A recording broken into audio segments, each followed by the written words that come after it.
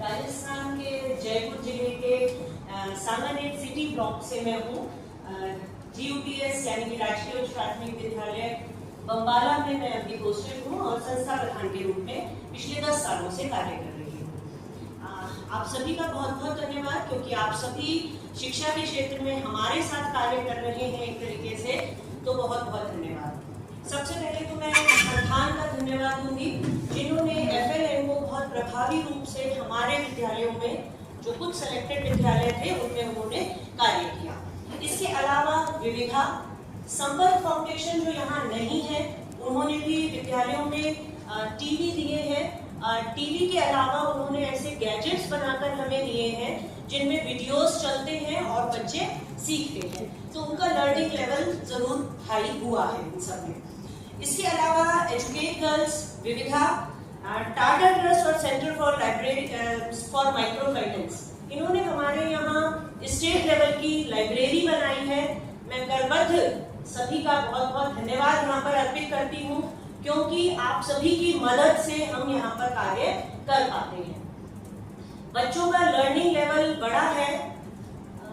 मैंने कहा था कि कुछ फोटोज दिखाते रहेंगे। राजीव जी अगर आप हो यहाँ पर तो जी आप देखिएगा कि हम लोगों ने कैसे बच्चों के साथ मेहनत की है।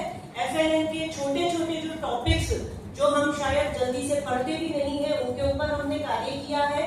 बच्चे जहां पर डिफिकल्टी महसूस करते हैं उनके साथ हमने कार्य किया है। इसमें हमने सबसे पहला कार्य किया है लाइब्रेरी का।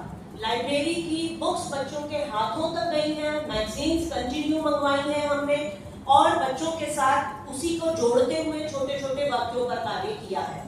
इसके बाद हम देखेंगे कि पिक्चर रीडिंग पर बहुत कार्य किया है और प्रिंट रिच एनवायरनमेंट बनाने की पूरी कोशिश की है। आप सभी NGOs ने उसमें हेल्प की है, क्योंकि गवर्नमेंट हम लोगों को बहुत पैसा नहीं दे पाती है, तो आप सभी की मदद से, कुछ भामाशाह भी उसमें है जिनसे ये कार्य होता है। CSR फंड्स भी उसके अंदर जुड़ते हैं। इसके अलावा कुछ स्पोर्ट्स एक्टिविटीज और गेम्स एक्टिविटीज भी इसी के साथ जुड़ती हैं, जिसमें बच्चे कार्य करते रहते हैं। इससे एक सबसे अच्छा फायदा ये हुआ है कि बच्चों का आना हुआ है, यानी कि नामांकन भी हुआ है और ठहराव भी हुआ है। बच्चे आते तो हैं परंतु रुकते नहीं है, क्योंकि पढ़ाई बोझ लगती है। हम जो थोड़ा बहुत पढ़ लेते हैं तो हमारे घरों में वैसा माहौल हो जाता है, पर इनके घरों में माहौल नहीं होता। सुबह से मजदूरी करने जाते हैं, शाम तक लगे रहते हैं, कोई कहने वाला नहीं होता, पर जब स्कूल में ये फैसिलिटीज मिलती हैं तो वो जरूर आते हैं और काम करते हैं।